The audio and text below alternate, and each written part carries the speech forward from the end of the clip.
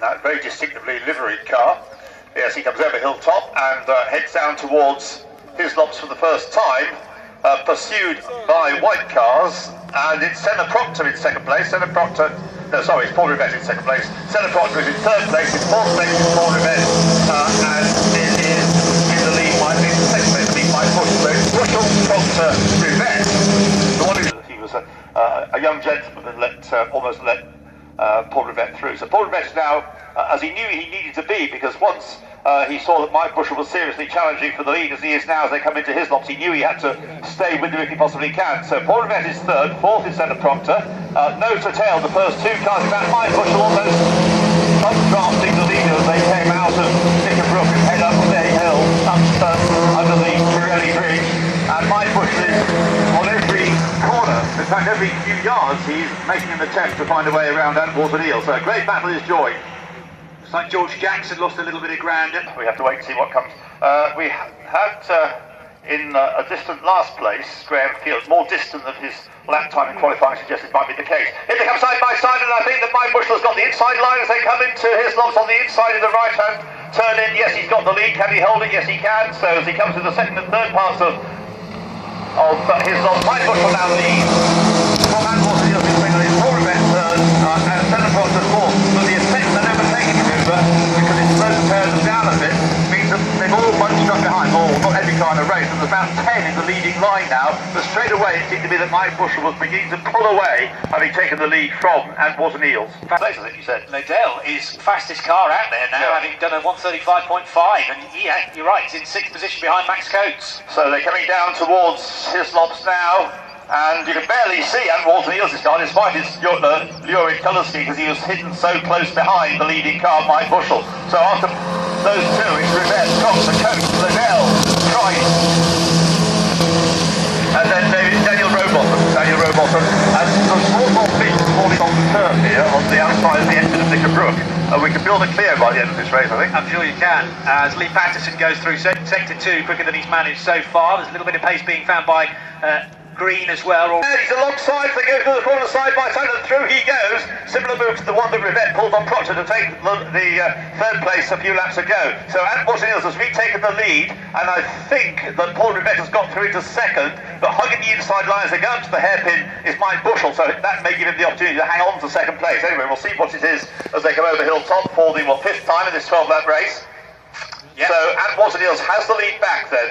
But can he hold on to it? Because coming back at him now, as they go side by side down towards Hislops, is Mike Bushel. He gets into the corner. It's a replica of the way he took the lead earlier on. And they scatter. Paul Rivette goes over the triangle. So also to Senna Proctor. Both of them lost a few places. They didn't make the whole circuit. They, as they went over the grass triangle, they lost places rather than gained places. That was the result of fighting the third position.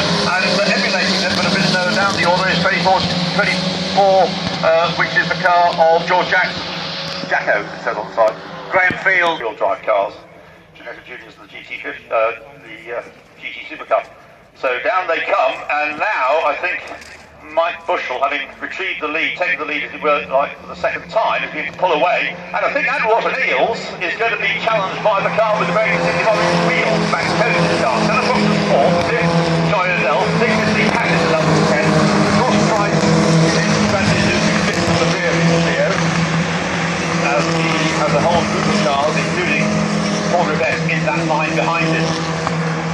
Okay, so all change for third position. Bushel and Oulton Eels, if anything though, are starting to edge away from one another. That's Bushel maybe upping the pace. It leads the way down towards Hislops for the first time under no real threat, I would say. Turns into the corner. This is the seventh time down here. Antwerp and Eels has Max Coates becoming ever bolder. Behind him, then Senna Proctor in fourth place. Charlie Liddell fifth, still sixth is Lee Patterson, seventh is Josh Price, eighth is Paul Rivette, ninth is Daniel Rowbottom, and tenth is somebody who I don't think we've mentioned very much, Luke Kinsey, number 8, with the green wheels. That's right, yeah. So it's going to be so easy to spot, but yeah, as you mentioned, Lee Patterson climbs to 6th, so that means Josh Price falls to 7th, and loose on one side of Antwerp Neil's car, and the same goes for Josh Price. Right, so into Hislops. On the clock, his lead is extending, but certainly it's a pretty secure lead by Clio standards that Mike Bushel has over Antwerp and Eels and Max Coates, more or less as one. Senna Proctor will able to close up on them, and then behind Charlie Liddell Dell, Lee Patterson. Pulling away from Paul Rivette, who's got ahead of Josh Price, so that's a change there. So Paul Rivette now up into 7th place, that makes him ahead of Josh Price.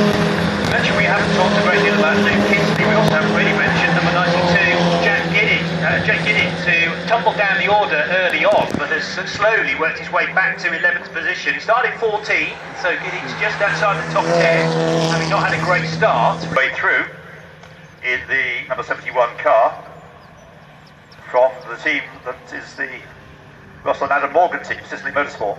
Leader into his lots then.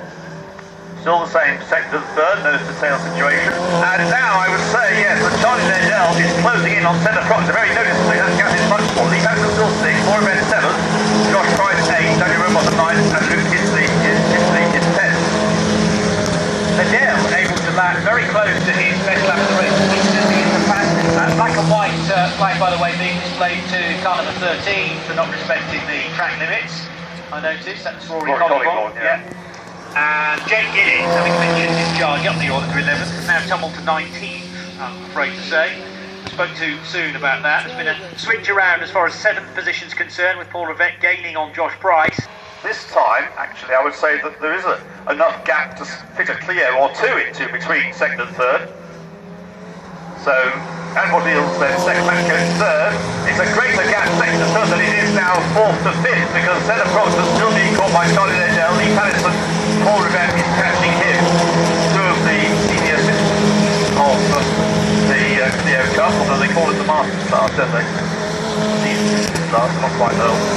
So that gap is closing up. Certainly Charlie Dell is closing up on Senna Proctor. And new fastest lap, by the way, on that previous lap around, Mike Bushell, who has extended his lead, as I say, 1.9 seconds. So the fastest lap now down to 1:35.4. Feel like the first 5 or 6 laps run at breakneck speed, as it often is in Clios. Yeah. And we've reached that point now where perhaps a lot of these drivers have found their level.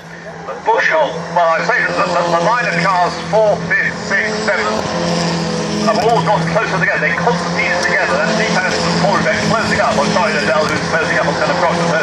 They are constantly together. Yeah. But I'm not sure anybody's going to change the place. Two across the glass triangle this time.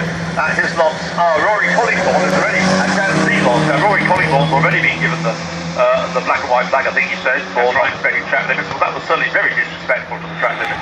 Really big lead now. massive, yeah. It's extended quite significantly as he comes into for the final time. For, yes, indeed, the 12th time, the final time, 1:35.327 is the fastest lap of the race.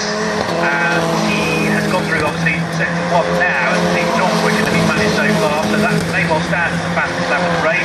Climbing up the hill past you. Now, closing up on 10th place, Luke Kinsley, is number 63, Rory Green, who's taking a few others with him, but I doubt whether they're going to be close enough to have a big shootout at Lodge Quarter in this race. That's the next one. Yes, maybe leaving 1 or 2 things on the table for race 2, which happens tomorrow. There'll be some bodywork repairs necessary for many of the cars this evening. But Mike Bushell, he thought he won at Thruxton. Well, he has.